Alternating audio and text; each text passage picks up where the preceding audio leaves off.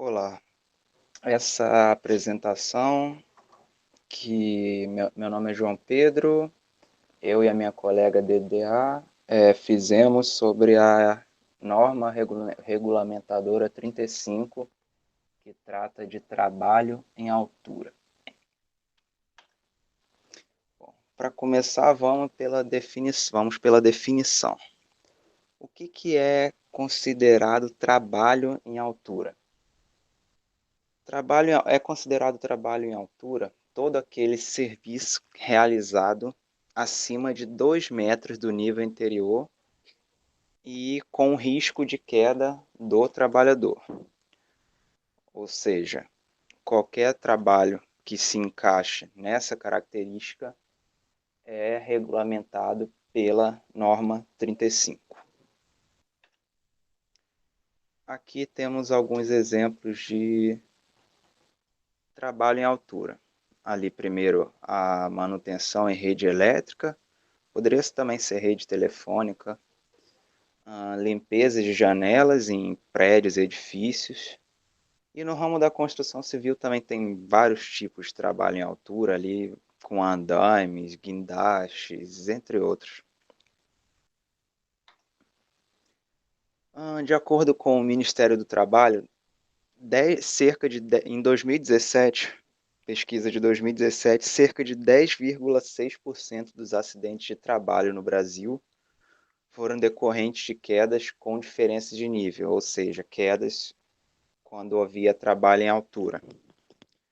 Quando são contabilizados somente os acidentes fatais, os que levam a óbito, o índice aumenta para quase 14,5% do total de acidentes, ou seja, 14,5% do total de acidentes que levam a óbito são acidentes são acidentes ocorridos decorrentes de quedas na realização de trabalhos em altura.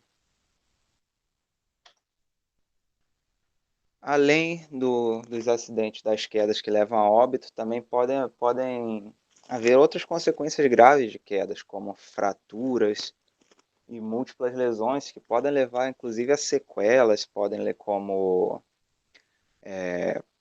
paraplegia e traumas cranianos, podem levar a danos cerebrais, entre outros.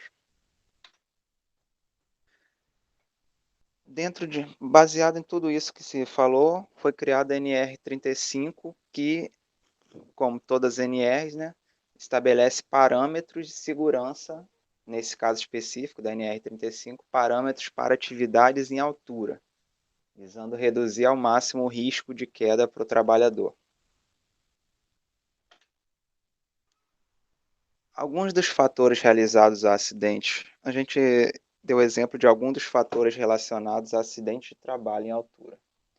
Por exemplo, excesso de confiança por parte do trabalhador, ou seja, ele acreditar que está completamente seguro e se arriscar a fazer com movimentos desnecessários, bruscos e que não são, na verdade, recomendados. Uso incorreto de EPIs, que são equipamentos de proteção individuais.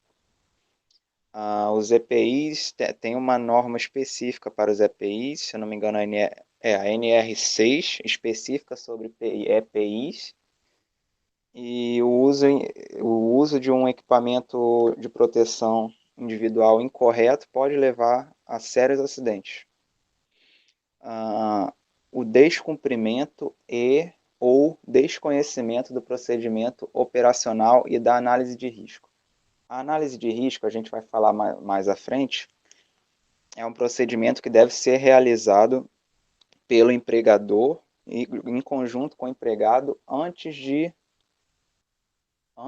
de se realizar o trabalho. Ele vai ver uma análise completa de toda a situação, todo o contexto, o ambiente onde vai ser realizado o trabalho e onde serão verificados todos os possíveis riscos. E essa análise vai determinar, baseado nesse risco, vai determinar como deve ser todos os procedimentos, quais são todos os procedimentos de segurança que devem ser adotados. inclusive os EPIs a serem utilizados e como serão utilizados, que foi citado assim. E a realização de atividades sem a permissão necessária. Existe uma permissão especial necessária para esse tipo de trabalho, permissão de trabalho que se chama, e ela só é dada depois de feita a análise de risco e aprovada em conjunto. A gente vai entrar em detalhes sobre essa permissão mais para frente. Mas sem essa permissão é estritamente proibido que se realize trabalho em altura.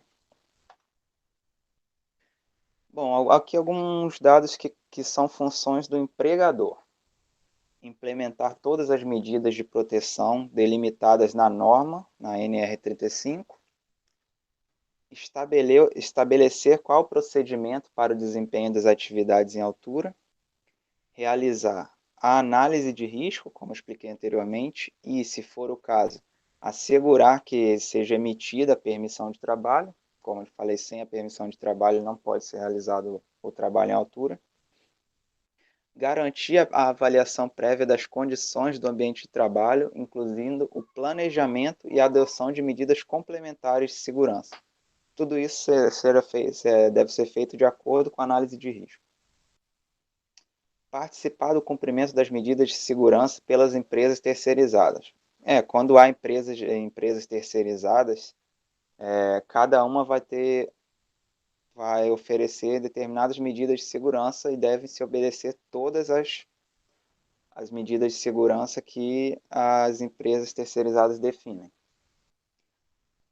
Todos os colaboradores têm que ser informados de qualquer tipo de risco e quais as medidas de proteção devem ser adotadas para evitar esse risco. Assegurar que toda atividade seja realizada apenas após a adoção das medidas de proteção. Ou seja, não permitir que enquanto não for adotado todo necessário para a emissão da permissão de trabalho, não pode ser realizado trabalho. Garantir a suspensão de todas as atividades em altura quando verificada a existência de algum risco não previsto, ou seja, imprevisto, e que não possa ser eliminado imediatamente. Ou seja, surgiu algum risco que não foi previsto de jeito nenhum pela análise de risco e por todas as medidas prévias, todas as análises prévias do procedimento, surgiu uma medida imprevista. É dever do empregador suspender o trabalho imediatamente. Delimitar a sistemática de autorizações dos colaboradores para trabalho em altura. Garantir a supervisão do desempenho das atividades em altura ser feita de acordo com a AR, que é a análise de risco, e com base nas particularidades de cada atividade, ou seja, tem que haver uma supervisão do trabalho em altura para garantir que ele está sendo feito de acordo com a análise de risco e as particulares da atividade. E manter toda a documentação exigida, né? Aí já entra mais na burocracia, mas tem que garantir que toda a documentação exigida garantir toda a documentação exigida. Agora, cabe ao empregado, no caso trabalhador, o funcionário, que vai realizar o trabalho em altura, cumprir as disposições legais e regulamentares sobre o trabalho em altura, inclusive os procedimentos pedidos pelo empregador, ou seja, tem que estar de acordo com os procedimentos que o empregador determinou, legais e regulamentares. Colaborar com o empregador na implementação das disposições da norma, ou seja, é dever dele ajudar, tudo que ele puder contribuir para ajudar nas disposições da norma, ele deve fazer, e zelar pela sua segurança e saúde e a de outras pessoas que possam ser afetadas por suas ações ou omissões no trabalho. Essa está bem autoexplicativo. Quais são os procedimentos que devem ser realizados antes da atividade em altura? Como eu falei antes, a análise de riscos, que é uma análise geral do todo o ambiente, todo o contexto, todo o procedimento do trabalho em altura que vai ser realizado. Aí você tem que verificar todo possível, isso cabe ao empregador. Verificar todo tipo de risco possível e ser feito um relatório detalhado e tal. E, como já foi dito antes, o empregado tem que conhecer bem a análise de risco. Fornecimento de EPIs, equipamentos de proteção individuais adequados de acordo com a NR6. Bom, é fundamental que o empregado forneça o EPI adequado para o trabalhador, como foi dito anteriormente. O planejamento e organização. Bom, todo o procedimento, todo o ambiente deve ser planejado e organizado o melhor possível antes de se realizar o trabalho. O trabalho tem que ser realizado com um planejamento e organização muito bem feitos para não haver nenhum tipo de risco. Implementação do sistema de proteção contra quedas. Existe o SPQI e o SPQC, que é o sistema individual ou coletivo de proteção, é um sistema de proteção contra quedas individual ou coletivo. E tem um tipo de profissional que é legalmente habilitado para implementar esses sistemas de proteção. E, como falado anteriormente, a emissão e a aprovação da permissão de trabalho. Vamos agora falando sobre o trabalhador. O que ele tem que ter para ser considerado capacitado e apto para trabalhar em altura? Como diz, todo trabalhador em altura deve ser planejado, todo trabalho em altura deve ser planejado, organizado e executado por um trabalhador capacitado e autorizado. O que é um trabalhador capacitado? É um trabalhador que passou e foi aprovado por um treinamento específico definido na norma, na NR35. Esse trabalhador capacitado é considerado autorizado para realizar a atividade em altura depois de passar por uma avaliação de saúde que deve ser fornecida pelo empregador. Essa avaliação deve ser feita de acordo com a norma. E essa avaliação deve declarar o trabalhador apto.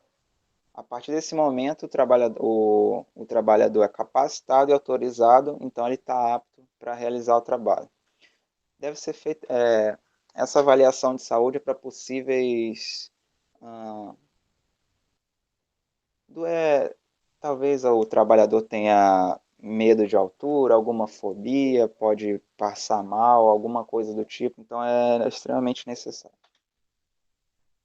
Sobre emergência e salvamento. Isso aí já é uma situação que após a queda ou após qualquer outro tipo de acidente, qual é o procedimento, o que deve ser feito em relação a isso? O que a norma estabelece? É devido ao empregador dispor de uma equipe que atue em caso de emergência, ou seja, deve ter uma equipe para prestar os socorros necessários fornecidos pelo empregador. Também é dever do empregador fornecer os recursos necessários para a atuação da equipe, ou seja, o empregador deve fornecer todo o equipamento necessário para que a equipe de emergência atue, toda a estrutura, todo tipo de equipamento necessário. E essa equipe deve agir de acordo com um plano de emergência que a empresa deve ter previamente estabelecido, ou seja, a empresa tem que ter um plano de emergência para possíveis acidentes, como quedas, no caso de acidente em altura, e a equipe tem que agir de acordo com esse plano, previamente estabelecido. E todos os membros dessa equipe de salvamento, de emergência e salvamento, devem ser aptos e devidamente capacitados a realizar as medidas de resgate e primeiros socorros. Ou seja, todos os membros da equipe devem ser especializados em agir em casos de acidente, de emergência. E foi isso aqui, terminamos o trabalho.